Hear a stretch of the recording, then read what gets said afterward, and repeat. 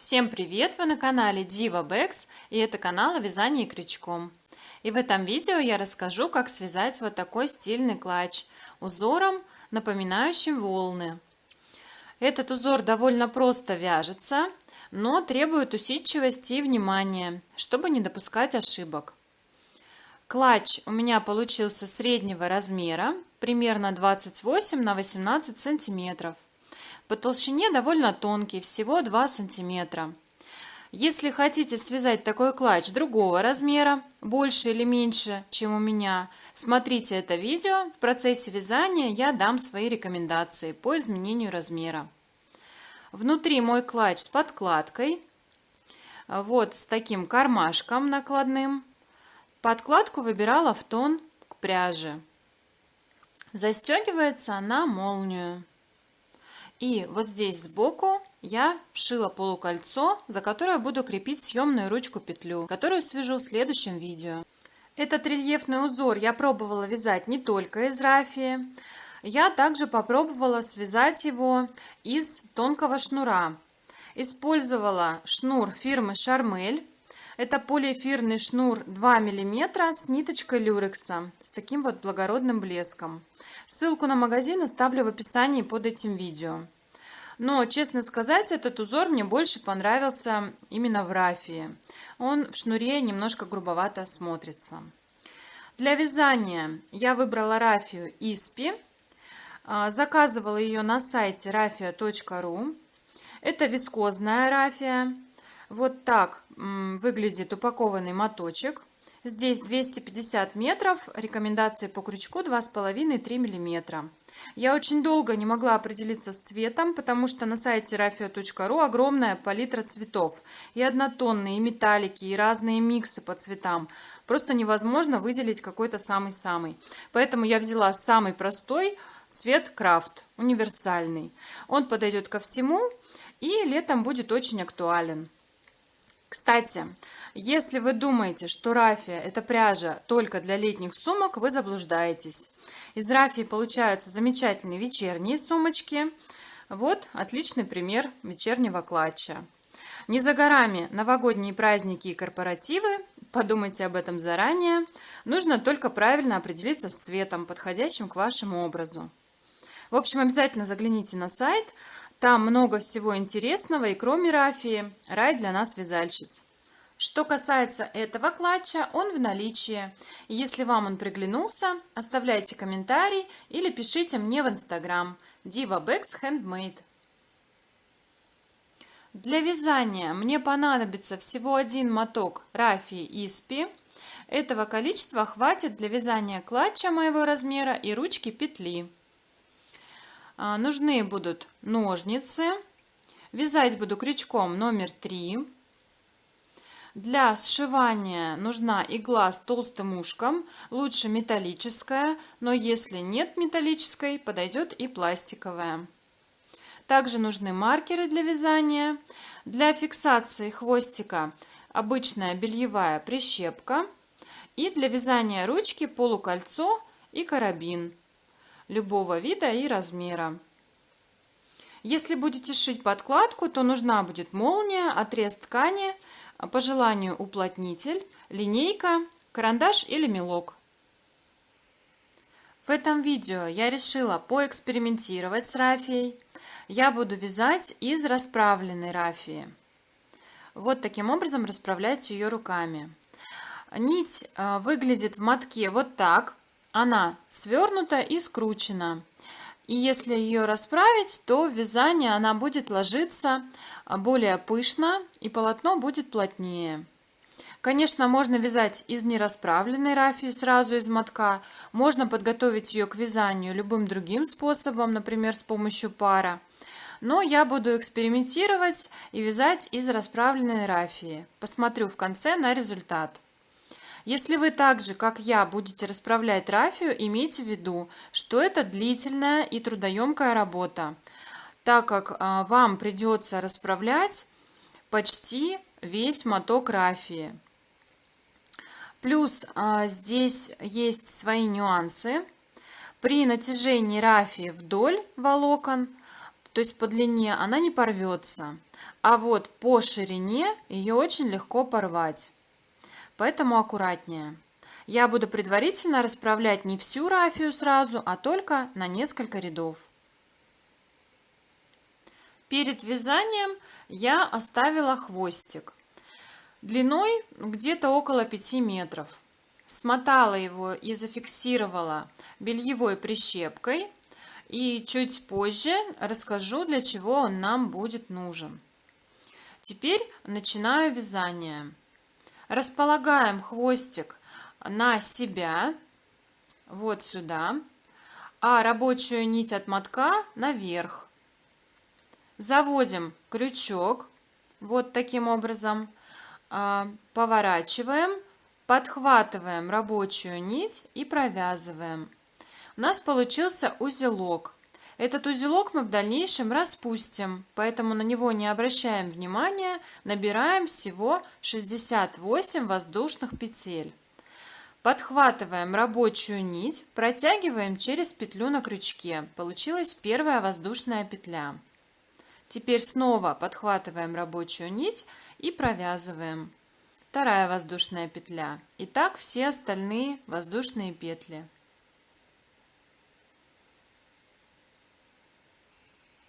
Вот я набрала цепочку из 68 воздушных петель, набираю еще одну 69-ю воздушную петлю для подъема, и первый ряд буду провязывать за задние перемычки, вот эти. Вот они, косички, а если их перевернуть, увидим задние перемычки. Находим вторую заднюю перемычку от крючка, вот первая, вот вторая. Вставляем сюда крючок, подхватываем рабочую нить, вытягиваем петлю и провязываем 2 петли на крючке. Это первый столбик без накида. Снова под следующую заднюю перемычку вставляем крючок и провязываем второй столбик без накида.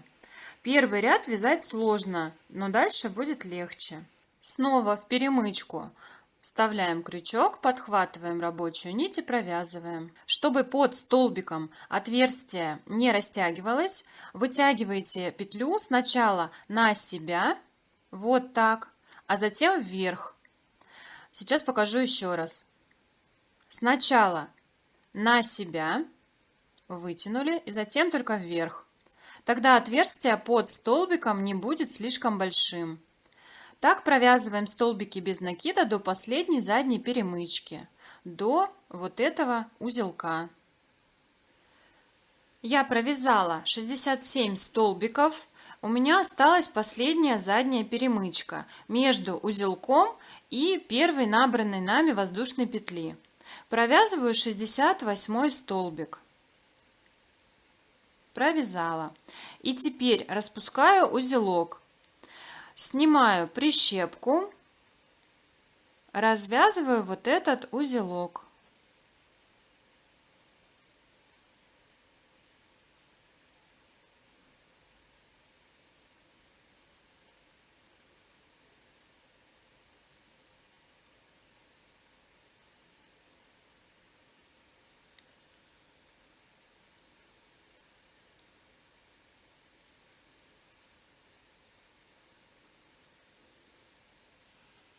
Теперь тяну за хвостик, затягиваю вот это отверстие.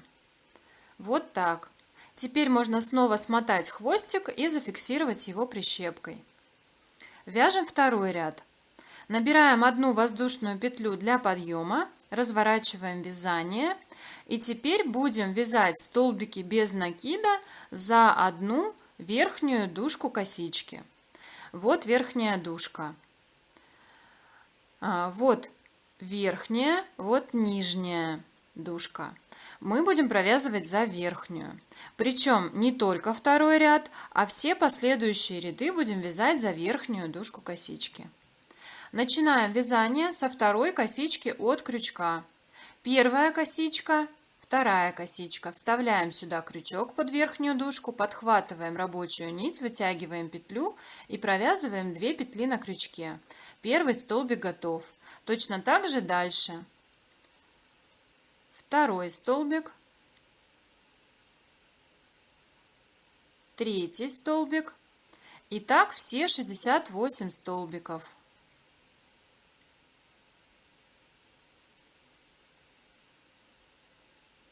Вот так. Я провязала 68 столбик во втором ряду, провязываю воздушную петлю для подъема и разворачиваю вязание. Третий и четвертый ряды мы вяжем узором волны. Начинаем новый ряд со второй косички от крючка. И напоминаю, вяжем за верхнюю дужку косички, вот за эту. Начинаем и заканчиваем эти два ряда с узором одним соединительным столбиком. Заводим крючок под верхнюю дужку косички, подхватываем рабочую нить, вытягиваем петлю и протягиваем ее через петлю на крючке. Получился первый соединительный столбик. Дальше по узору провязываем один полустолбик с накидом.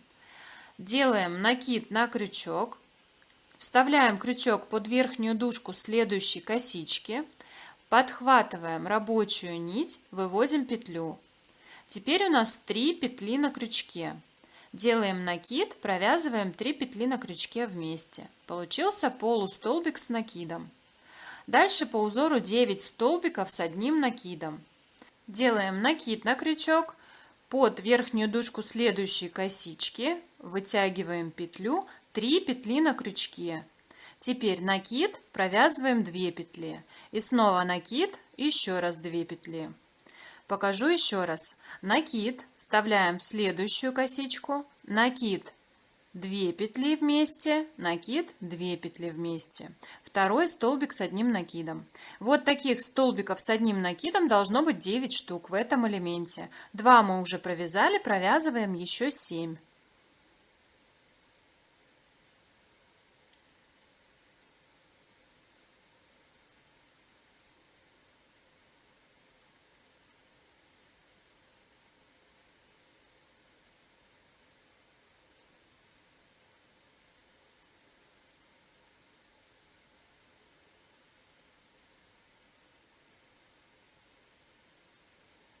Пересчитываем. 1 полустолбик с накидом.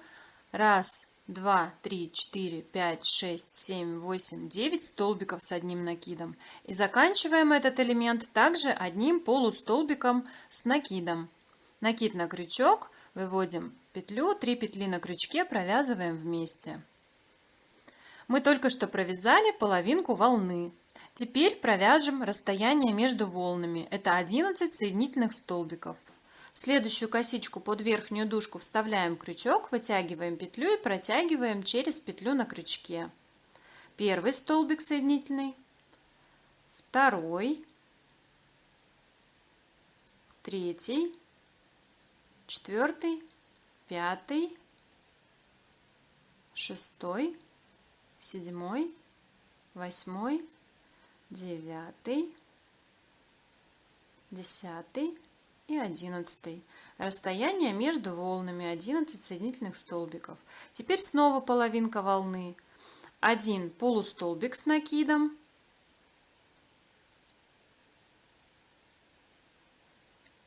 Затем 9 столбиков с одним накидом. 1,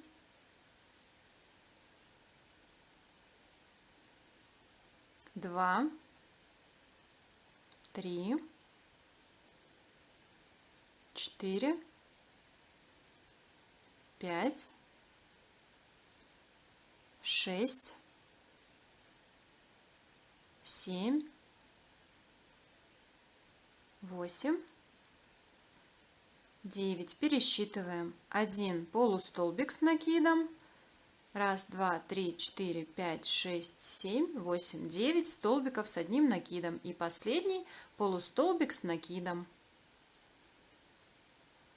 Теперь снова расстояние между волнами 11 соединительных столбиков. 1, 2, 3, 4, 5, 6, 7, 8, 9, 10, 11. Снова элемент волны. 1 полустолбик с накидом.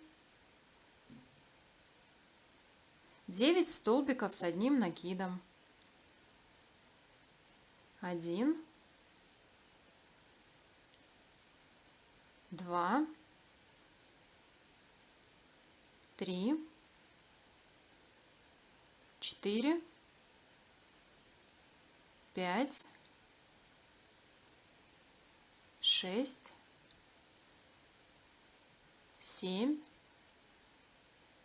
8, 9. Пересчитываем. 1 полустолбик с накидом. 1, 2, 3, 4, 5, 6, 7, 8, 9 столбиков с одним накидом. И заканчиваем одним полустолбиком с накидом. И опять провязываем 11 соединительных столбиков в конце ряда. 1, 2, 3, 4, 5, 6, 7, 8, 9, 10, 11. В последнюю косичку провязываем соединительный столбик, так же, как и в начале ряда. Никогда о нем не забывайте. Дальше провязываем воздушную петлю для подъема и разворачиваем вязание. Четвертый ряд вяжем зеркально третьему. Там, где в третьем ряду были соединительные столбики, в четвертом точно так же провязываем соединительные столбики.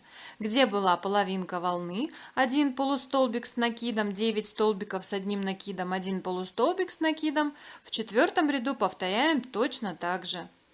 Начинаем и заканчиваем ряды с узором, как я уже сказала, с одного соединительного столбика во вторую косичку от крючка. Провязываем. И дальше смотрим на предыдущий ряд. Здесь будем провязывать 11 соединительных столбиков. 1, 2, 3, 4, 5, 6, 7, 8, 9, 10, 11. Дальше идет вторая половинка волны. 1 полустолбик с накидом, 9 столбиков с одним накидом, 1, 2, 3, 4, 5, 6, 7, 8, 9. Пересчитываем. 1 полустолбик с накидом. 1, 2, 3, 4, 5, 6, 7, 8, 9 столбиков с одним накидом. И заканчиваем элемент одним полустолбиком с накидом. Теперь снова 11 соединительных столбиков. 1, 2, 3, 4, 5, 6, 7, 8, 9, 10, 11. И снова элемент волны. 1 полустолбик с накидом, 9 столбиков с одним накидом. 1, 2,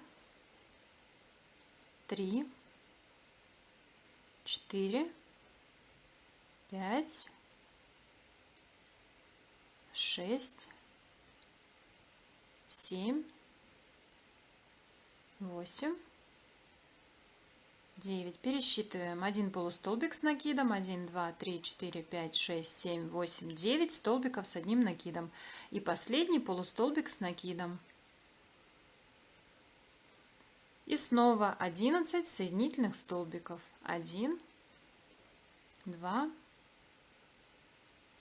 3, 4, 5, 6, 7, 8, 9, 10, 11. И заканчиваем ряд половинкой волны. 1 полустолбик с накидом, 9 столбиков с одним накидом,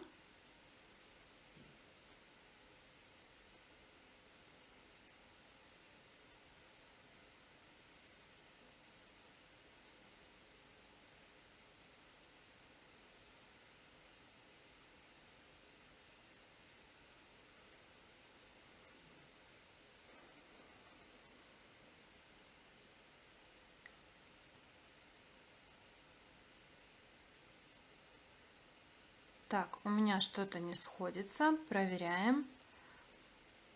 1, 2, 3, 4, 5, 6, 7, 8, 9. Один столбик я провязала лишний.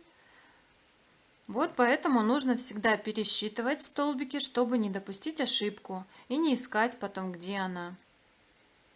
Один полустолбик с накидом. Пересчитываем. Один полустолбик с накидом. 1, 2, 3, 4, 5, 6, 7, 8, 9 столбиков с одним накидом. Один заключительный полустолбик с накидом. И в последнюю косичку провязываем соединительный столбик. Дальше набираем воздушную петлю для подъема, разворачиваем вязание. И теперь будем провязывать 4 поворотных ряда столбиками без накида по 68 столбиков в каждом ряду. Провяжем эти 4 ряда и посмотрим, что получилось. Начинаем ряд, как всегда, со второй косички от крючка и вяжем обычные столбики без накида.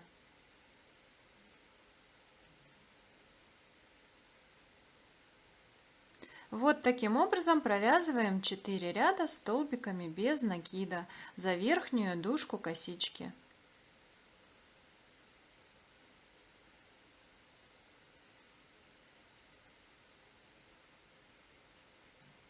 Вот так. Я закончила 4 поворотных ряда столбиками без накида по 68 столбиков в ряду. Теперь набираю одну воздушную петлю для подъема и разворачиваю вязание. Следующие 2 ряда будут с узором. Элемент волна мы будем вязать в шахматном порядке. То есть, вот у нас в 3-4 ряду ряд начинался с волны, поэтому здесь мы будем провязывать расстояние между волнами. И наоборот, там, где в 3-4 рядах было расстояние между волнами, у нас будет волна. В начале и в конце ряда с узором снова провязываем один соединительный столбик во вторую косичку от крючка. И дальше по узору провязываем 11 соединительных столбиков, расстояние между волнами. 1, 2,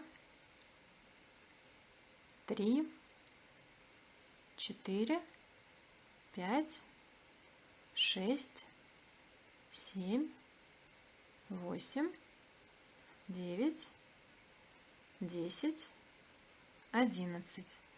Провязали. Теперь начинается половинка волны. Провязываем один полустолбик с накидом.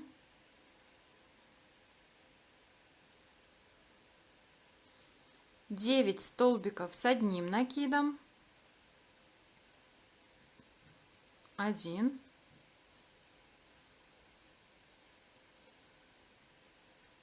2, 3, 4, 5, 6, 7, 8, 9. Пересчитываем. 1, 2, 3, 4, 5, 6, 7, 8, 9 столбиков с одним накидом, 1 полустолбик в начале и 1 полустолбик в конце. Провязали. Получилась половинка волны в том месте, где до этого было расстояние между волнами. Теперь провязываем 11 соединительных столбиков. 1, 2, 3, 4, 5, 6, 7, 8, 9, 10, 11. И снова половинка волны. 1 полустолбик с накидом, 9 столбиков с одним накидом, 1,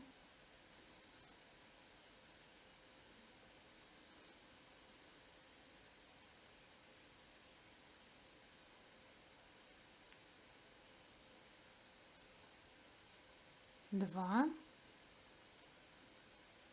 3, 4,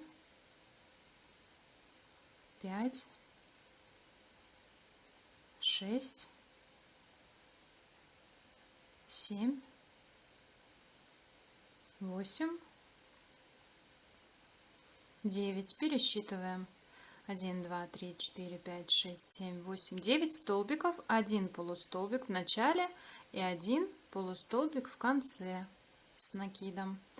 Дальше расстояние между волнами 11 соединительных столбиков. 1, 2, 3, 4, 5, 6, 7, 8, 9, 10, 11. И заканчиваем ряд половинкой волны. 1 полустолбик с накидом, 9 столбиков с одним накидом, 1,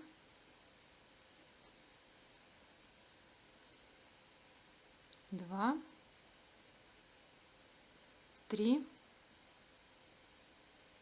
4, 5, 6, 7, 8, 9. Пересчитываем. 1, 2, 3, 4, 5, 6, 7, 8, 9. Первый полустолбик с накидом и последний полустолбик с накидом.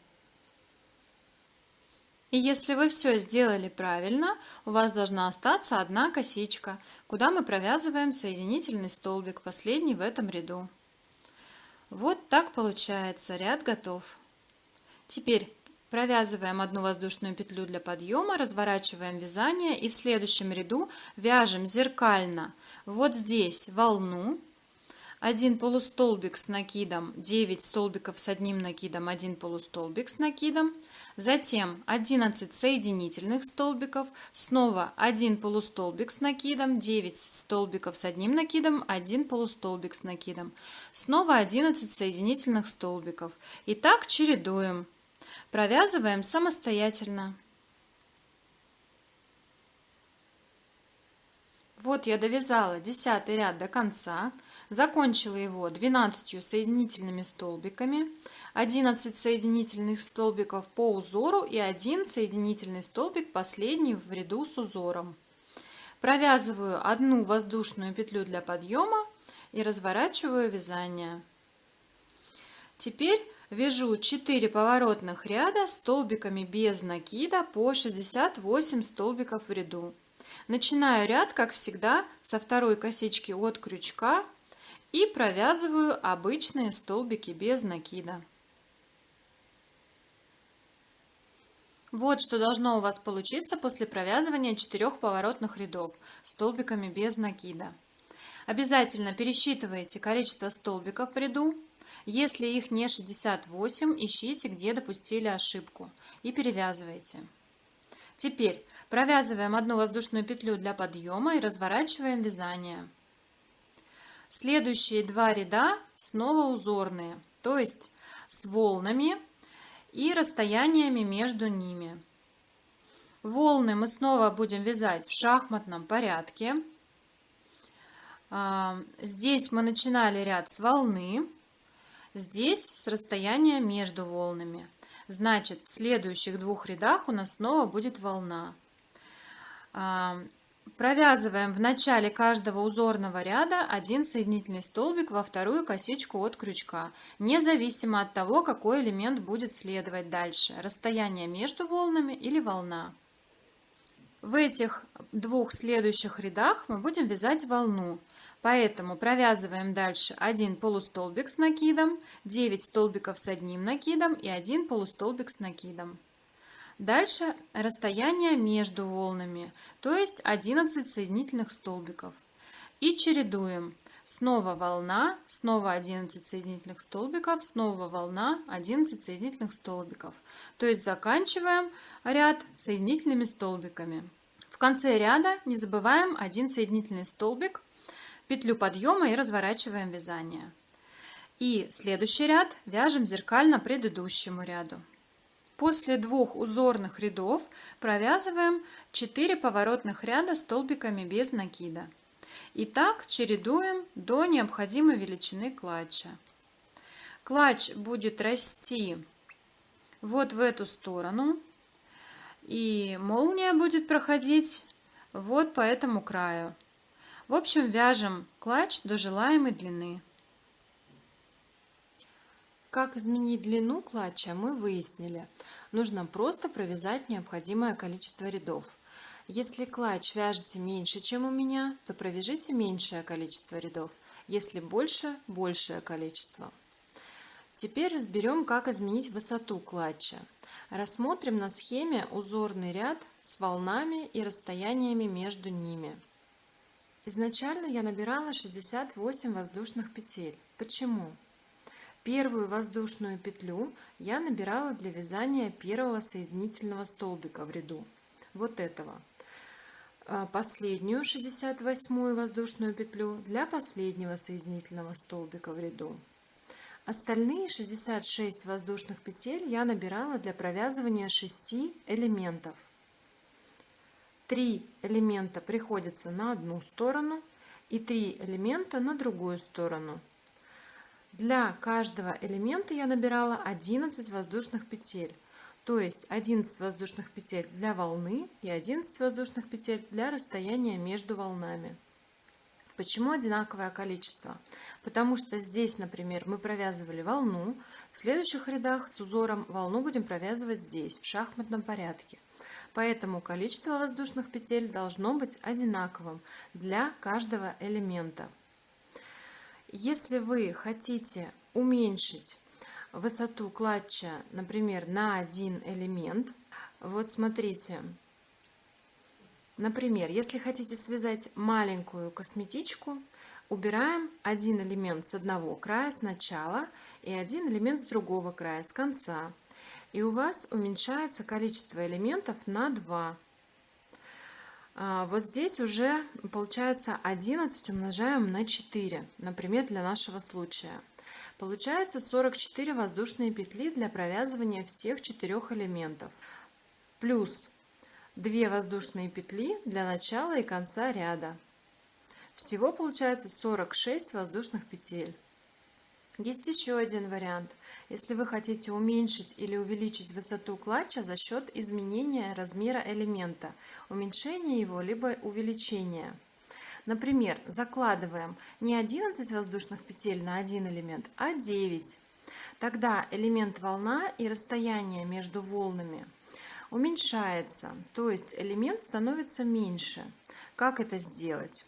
Просто в середине убираем 2 столбика с одним накидом, и тогда по количеству нужно заложить уже не 11 воздушных петель, а 9. И здесь точно так же. Убираем 2 соединительных столбика, остается 9 соединительных столбиков. Тогда 9 умножаем на 6, если мы хотим сохранить такое же количество элементов, получаем 54 воздушные петли.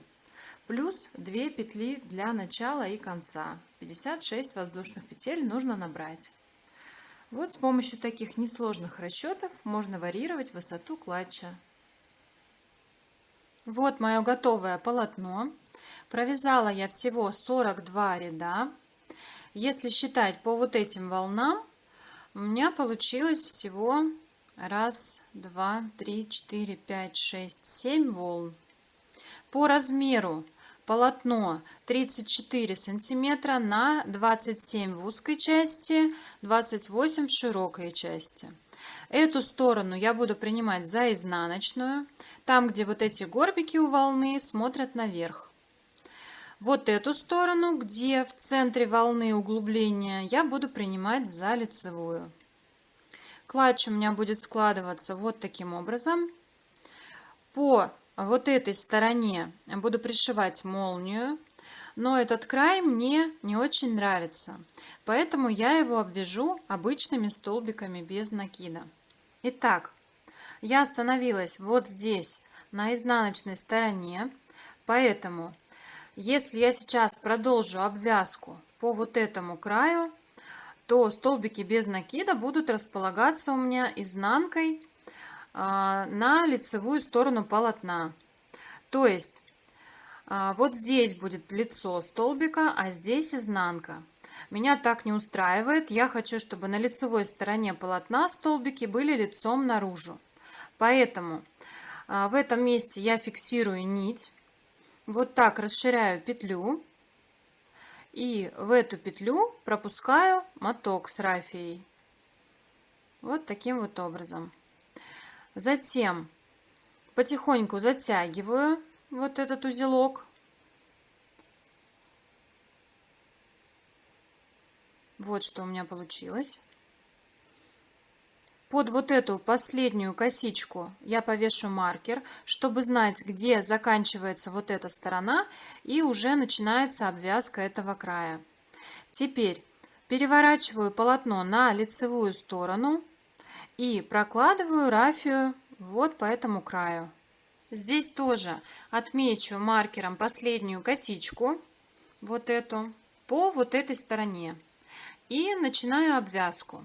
Прокладываю рафию, придерживаю рукой и в то отверстие, куда провязан столбик с маркером, вставляю крючок. Подхватываю рабочую нить, вытягиваю петлю, провязываю первый столбик. Вот так.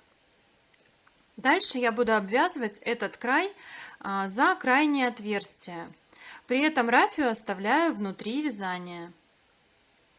Здесь не особо важно, за какие отверстия вы будете обвязывать край, так как нам совсем не важно, сколько столбиков получится, нам больше важно, чтобы здесь был красивый ровный край. Поэтому ориентируйтесь на свое полотно и делайте так, как вам красиво.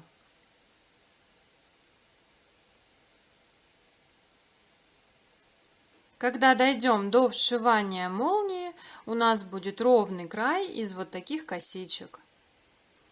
Довязываем так до маркера и переходим к обвязке второй стороны. У меня получился аккуратный ровный край из косичек. Здесь я довязала до последнего отверстия, куда провязан столбик с маркером. Это крайний столбик по вот этой стороне. Теперь петлю расширяю и снимаю с крючка. То же самое повторяю с противоположным краем. Здесь также отмечаю крайнюю косичку по этой стороне маркером. И с другой стороны аналогично. Дальше убираю прищепку. Переворачиваю полотно на лицевую сторону, прокладываю рафию по краю, не перетягивайте только ее. И начинаю обвязку с того отверстия, из которого выходит столбик с маркером. Провязываю обычные столбики без накида. Вот таким образом делаю обвязку по всему краю, прокладывая внутри рафию до вот этого маркера. Второй край я также уже обвязала, дошла до вот этого маркера. Теперь петлю расслабляю, вынимаю крючок и предлагаю отпарить готовое полотно, потому что в дальнейшем мы уже сложим клатч пополам и так качественно отпарить полотно уже не сможем. При отпаривании расправляем все углы, которые закручиваются, например, вот здесь. И поправляем все недочеты, все такие проблемные моменты, чтобы все смотрелось аккуратно.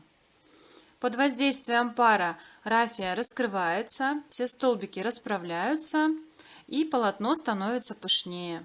Дальше даем полотну отдохнуть и приступаем к сшиванию. Я уже сшила клатч с одной стороны. Теперь на примере второй покажу, как это сделать. Для сшивания нам понадобится игла с толстым ушком. Лучше, если она будет металлическая, так как у металлической ушко тоньше, и она лучше подходит для рафии. Но если у вас нет металлической иглы, ничего страшного, подойдет и пластиковая. Вот эта нить у меня шла от мотка. Я ее обрезала, оставив примерно метр. Этого будет достаточно для сшивания. Вот здесь мы остановились после обвязки края. Теперь проводим иглу в эту петлю и фиксируем нить. Получился узелок. Теперь выводим этот узелок вот сюда. под 2 дужки косички, где находится маркер, вывели и выводим иглу на противоположную сторону, в центр этой косички, вот этой. Только сделайте это таким образом, чтобы маркер остался внизу, либо снимите его совсем. Выводим в центр косички. Дальше. Вот здесь у нас нет последней косички замыкающей. Можно ее сделать.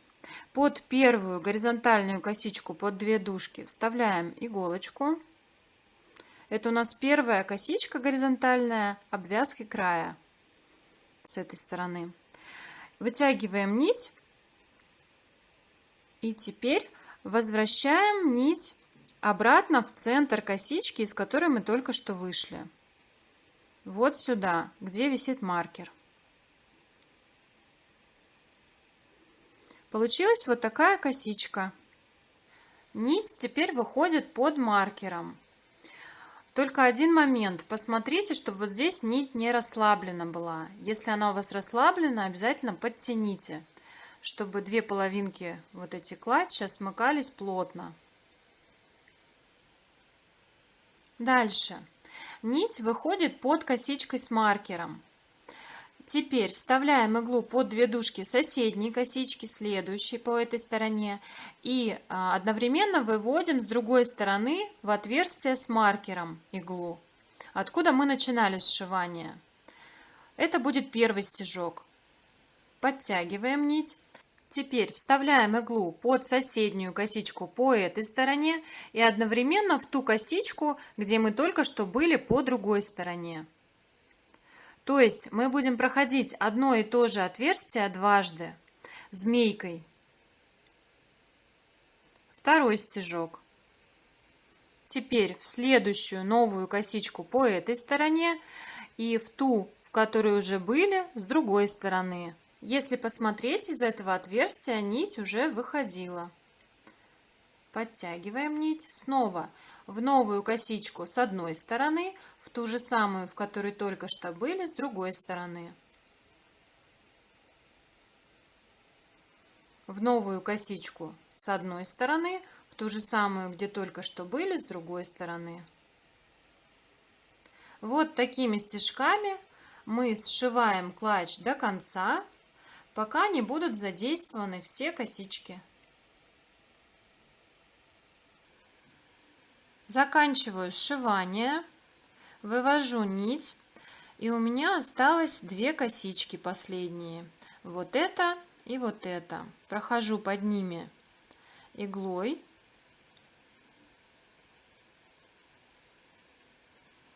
И теперь, чтобы уголок вот так не торчал, не выступал, нахожу самую выпирающую дужку косички, вывожу нить наверх.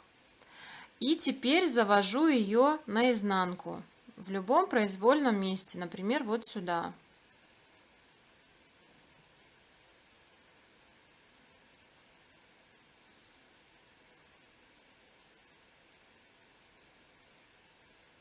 Вот так.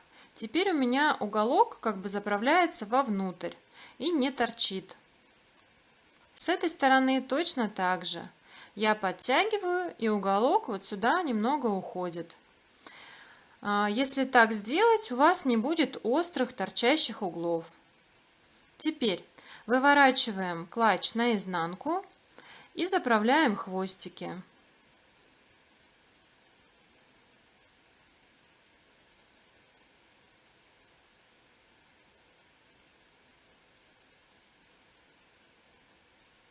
В произвольном порядке проводим хвостик внутри вязания.